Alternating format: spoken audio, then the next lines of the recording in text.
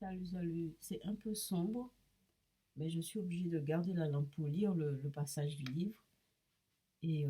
Alors, bon, c'est soit l'ordinateur, soit Internet. Là, pour l'instant, on n'a pas Internet dans l'hôtel, donc je ne peux pas vous envoyer les vidéos. Par contre, je les garde sur le bureau et donc il y aura un décalage entre le jour où j'ai fait la vidéo et le jour où vous aurez la vidéo. Donc, là, on va travailler sur Jung, voilà, en rapport avec le mythe. Introduction à l'essence de la mythologie. Bon, c'est pas un livre qu'on va tout de suite approfondir, hein. J'y vais par petites touches légères. Donc, je vais vous lire des extraits qui m'ont marqué. Et voilà. Et donc, ça sera à vous de réfléchir, à méditer dessus. En tout cas, il n'y a pas que vous qui méditez. C'est pas que vous qui allez faire une méditation. Moi aussi, si ça m'a touché, c'est parce que j'ai pensé, j'ai réfléchi, etc. Ça m'a fait quelque chose, ça m'a fait réfléchir. Alors, par rapport aux mythes, ils étaient cependant insuffisants pour laisser reconnaître en ce même processus une fonction vivante existant dans le psychisme. Tout comme ils ne permettaient pas de comprendre les thèmes mythologiques en tant qu'éléments constitutifs du psychisme. Pour lui, c'est vraiment, ça va plus loin que l'inconscient individuel, hein. C'est ça qu'il veut dire. Alors, après, il dit à admettre l'existence d'éléments constitutifs mythogènes du psychisme inconscient.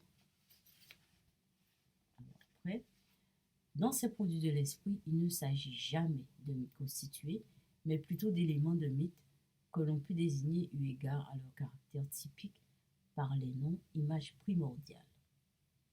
Voilà. Les archétypes apparaissent dans les mythes et dans les contes, tout comme dans les rêves et dans les produits imaginaires de la psychose. Voilà. Donc les archétypes sont en rapport avec les mythes, etc. Chez l'individu, les archétypes se présentent comme des manifestations involontaires d'activité mentale inconsciente dont l'existence et le sens ne peut être induit qu'indirectement. Dans le mythe, par contre, il s'agit de produits d'une tradition remontant à un âge souvent impossible à évaluer. Donc,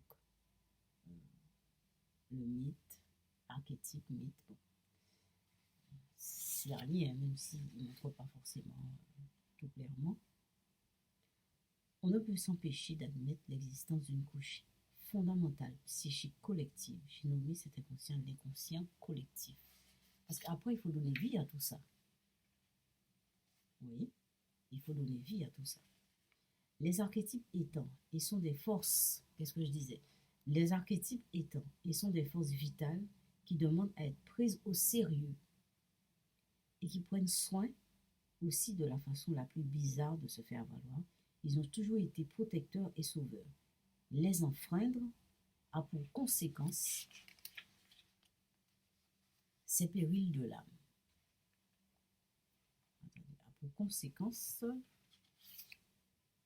A pour conséquence ces périls de l'âme, bien connus par la psychologie des peuples primitifs. Ils peuvent être en effet les provocateurs immanquables de troubles névrotiques et même psychotiques, surtout psychotiques, je pense. C'est vraiment... En fait, Jung a été...